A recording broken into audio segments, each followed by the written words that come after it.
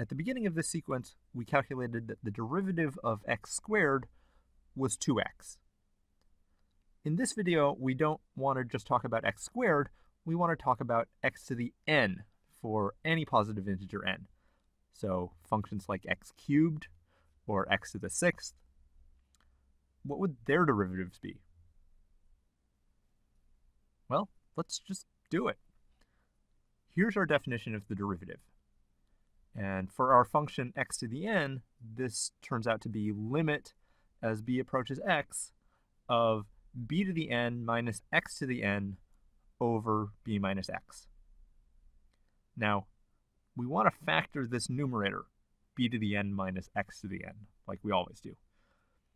And a difference of nth powers, that factors as b minus x times b to the n minus 1 plus b to the n minus 2 times x plus b to the n minus 3 times x squared plus etc., until finally we get b times x to the n minus 2 plus x to the n minus 1. Now, if you've never learned this factorization before, it's actually worth seeing why this works. It's pretty cool. So we made a separate video on that if you want to take a look. But in any case, our numerator does factor like this. And then when we divide by b minus x, this first factor is just going to go away.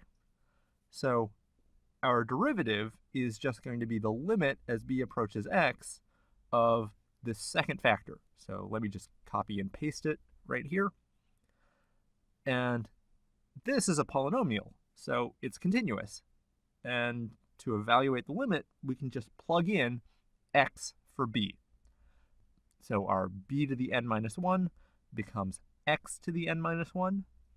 And then the next term is x to the n minus 2 times x plus x to the n minus 3 times x squared, etc.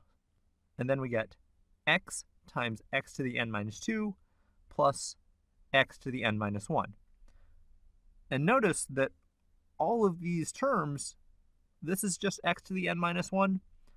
This is equal to x to the n minus 1. They're all equal to x to the n minus 1. How many x to the n minus 1s do we have? Well, let's just count the terms up here, and we're going to look at the exponents on x. There aren't any x's here, so we can think of this as x to the 0, and then we have an x to the 1, an x to the 2, all the way to x to the n minus 1. So we're going from 0 to n minus 1. That means that there are n terms, which means that down here there's going to be n x to the n minus 1s. And when we add them all up, we get n times x to the n minus 1. And that's our derivative. This is called the power rule, and it's really handy. So I'm going to write it up here. If f of x is x to the n, where n is a positive integer, then f prime of x equals n times x to the n minus 1. Let's try it out. I'm going to erase this stuff, and let's start with f of x equals x squared. So here our exponent n is equal to 2. So our power rule is going to tell us that f prime of x equals, and then we need the n out in front, so that's 2, and we're multiplying it by x to the 2 minus 1. And that's just 2x. So that agrees with what we've calculated before, and that's good. Nothing crazy is going on. Let's try it out on something new. Maybe g of x equals x to the 6th. Here our exponent is 6, so that's n.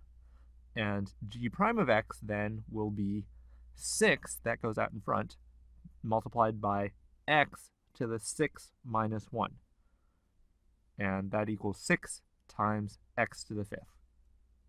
And voila! So that's the power rule. Pretty nifty, isn't it? Go ahead and play around with it some, and I'll talk to you in a little bit.